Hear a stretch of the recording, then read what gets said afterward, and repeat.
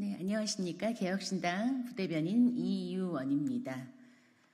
오늘은 빵문회로 남은 이진숙 청문회, 민생도 정의도 찾아볼 수 없다라는 제목의 논평하겠습니다. 국회 과학기술정보방송통신위원회는 어제 이진숙 방송통신위원장 후보 인사청문회 보고서를 채택하지 않기로 했습니다. 전체 회의를 열고 인사청문회 보고서 채택 여부를 논의했으나 여야의 이견을 좁히지 못했습니다. 이준석 개혁신당 의원은 최대한 선입견은 배제하고 이진숙 후보자의 정책 능력과 도덕성을 판단해 보려고 했지만 청문회에서 이 후보자의 답변이 매우 무성의했고 지역방송 진흥에 대한 해법도 원론적인 답변에 그쳤다라고 지적했습니다.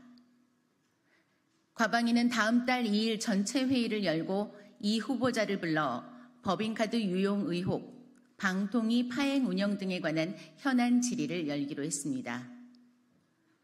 일명 빵문회라 할 정도로 이진숙 후보자의 빵 구매에 대한 논란이 뜨거웠습니다. 사표 쓰는 날 빵을 대량 구입한 게 있어 어디 쓴 거냐 그랬는데 직원을 나눠주려고 샀다 말했지만 받은 직원이 없다라고 하는 건 분명 이해가 가지 않습니다.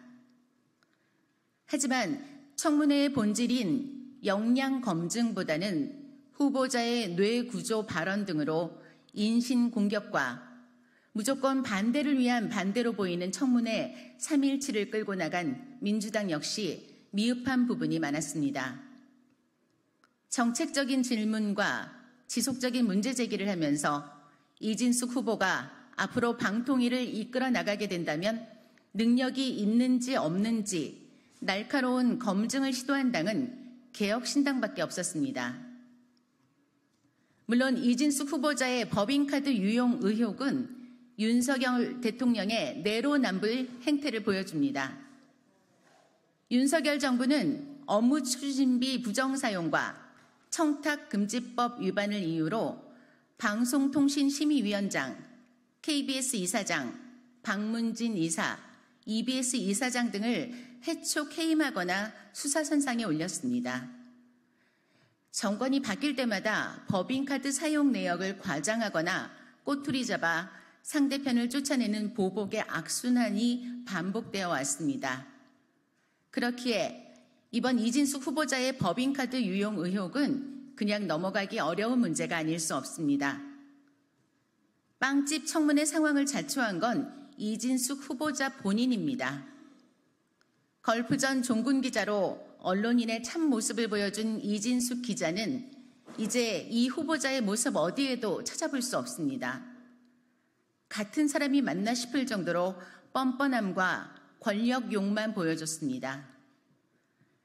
윤석열 대통령의 임명 감행과 이에 따른 탄핵 소추안이 예상되는 국회, 여야의 극한 대치 상황과 파행이 계속되면서 방송 현안을 제외하고 방통위에서 통신 정책 및 정보통신기술 정책 등에 대한 업무가 제대로 이뤄지지 않고 있다는 우려의 목소리도 큽니다.